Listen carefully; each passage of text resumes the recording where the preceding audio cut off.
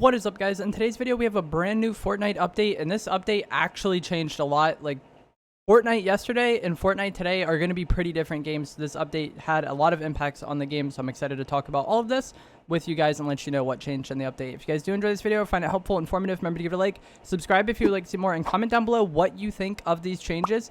And if you would like to use me for support a creator, my code is EvolveJake. It's underneath the webcam. It's a way you can support the channel while buying things that you were already going to buy. So if you do find my videos helpful, I would appreciate it if you use my code, and it does reset every 2 weeks. So if you put a creator code in, after 2 weeks, it gets taken out. So just check before you buy anything in Fortnite and make sure you're using a creator code.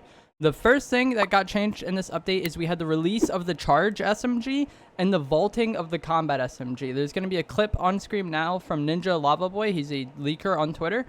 But the Charge SMG is basically an SMG where you hold the fire button down, and then once you release the fire button, the bullets start coming out, and however long you held the charge button for is how many bullets are going to come out. It actually seems pretty interesting, but I think this is going to be a weapon that takes a while to like get the hang of and really see whether or not it's good.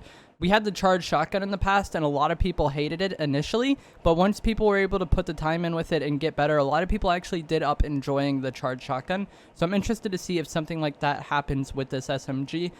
And then the Combat SMG is also vaulted, like I said, which is huge because for most players, the Combat SMG was the preferred SMG. So even if you don't care for the Charge SMG and it's not your thing, this update still changed which SMG you're going to be using, because now you have the choice between the Stinger SMG and the Charge SMG. The Combat SMG is vaulted in all game modes, and that's really, really significant. I think that's going to change the game so much. In build mode, I think the Stinger SMG will be the best SMG. But for zero build, I could see either the Stinger or the Hammer AR being the best SMG. The Charge SMG, I'm not really sure how I feel about it. I really don't think it's going to be that good, especially with how zero build is. You're kind of like I've talked about many times. You want to pump somebody, swap to your SMG for a few shots, and then swap back to your pump as soon as it's ready to shoot again. And this Charge SMG kind of makes that not work as well, because it doesn't shoot for when you're holding the trigger. You hold the trigger for, like, let's say 2 seconds or a second and a half, and then once you release the trigger, it starts firing. So you have that weird period of time where you're not dealing any damage. So I think the Hammer AR or the Stinger SMG will just work far better for that like playstyle. And for the build mode, being able to spray builds with the Stinger SMG, I think will be much preferred than the Charge SMG. But we'll have to see how it plays out in game. I feel like this is a weapon that you really have to like give a fair chance and use a decent amount before you really can like make a final opinion on it. So yeah, regardless of which SMG you used, unless you were using the Stinger SMG the whole time, the meta changed for you. But even if you were somebody using the Stinger SMG the whole time, the update kind of buffed you, because the Combat SMG was just straight better from a damage perspective, and now that no longer exists. So the Stinger SMG, I think, is going to be back to being the preferred SMG. Another thing that was added in this update was the portafort. This is something that I've kind of wanted to come to zero build for a while. I was actually talking about this yesterday on stream to like a mixed opinion. Some people seemed like thought it would be a good thing, and some people thought it would be a bad thing. So I'm actually really interested to see what you guys think of the portafort. I'll have the trailer of it playing on screen now, but basically this was an item that was added really early on in Fortnite, and it was a grenade that you threw, and then once the grenade landed, it made a base in that area. So as you'll see on the trailer, I'm sure it makes like a, I think, 2-story high base with ramps. And this will be a huge game changer in zero build, because there's no building in that game mode. We had cow catchers, which you could use for cover, but the portafort is going to be a whole new level of like actually having cover. And I think this will be good for zero build. I think some people won't like it. That's why I said I think this will be a pretty divisive change, but I think it'll decrease the randomness of zero build a lot. No more will you just have wide open zones where like the player camping in a bush automatically wins. If you're able to take this portafort and create a reinforced structure for yourself in zone, you're going to have a pretty big advantage on the other players. And that kind of does make you a target, so there will be some counterplay there, and the heavy sniper will one-shot any of the walls that the portafort has. But I think the portafort will be a pretty big deal, and it's going to really reward people who like get good positioning early on and take control of that area and set their portafort up, rather than just an open field and people hiding, and whoever gets first shot wins. So I think this will be a good change for zero build. I'm really interested to see if they would do more structures like this. We had the portafortress in the past, which was way too big. I don't want that to come back. But imagine there was one grenade that just created like a ramp and a wall, just one ramp and one wall together on ground level. I think that could be really good for the game mode as well, and help decrease a lot of that RNG without making the game all about building like build mode has. So I'm interested to see what you guys think. Comment down below. I think this will be pretty divisive, but overall, I'm pretty excited to play with this in the game and see how zero build plays.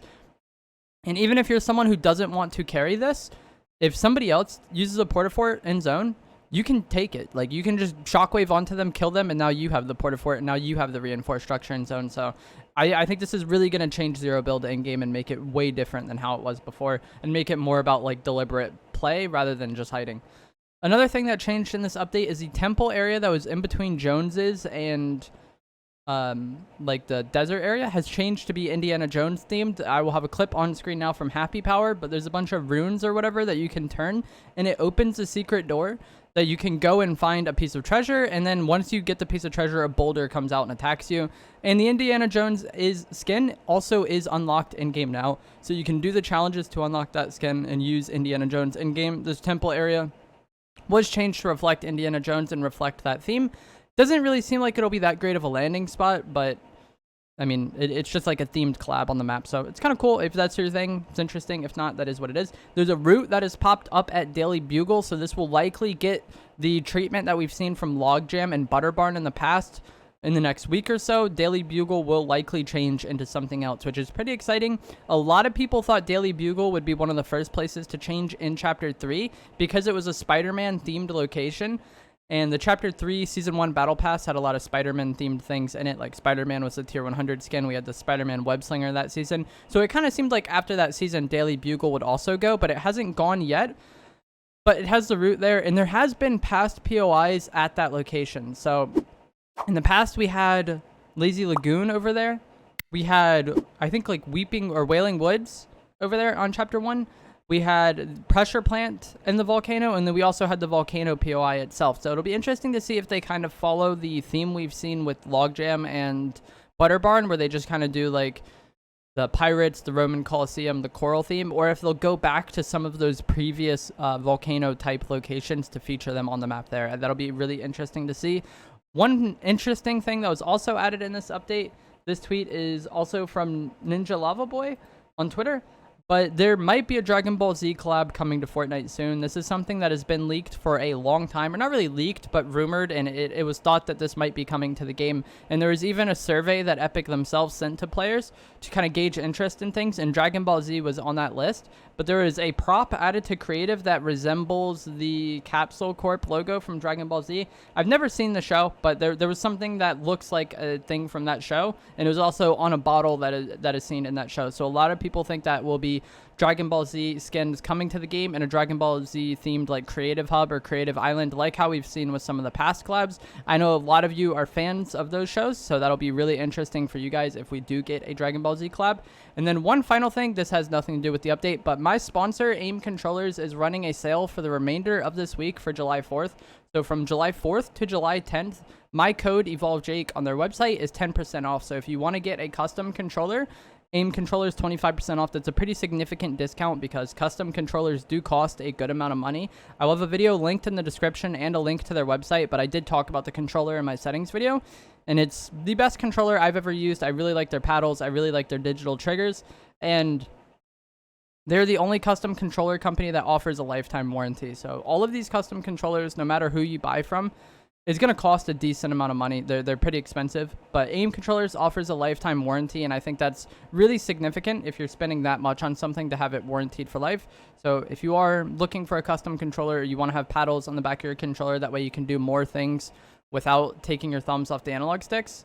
AIM Controllers are really good. There will be a link in the description. You can use code EvolveJake for 25% off, and I'd appreciate that. So let me know what you thought of today's update in the comments down below. If you did, like the video. Comment down below what you thought, and I will see you guys in the next video. Thanks for watching.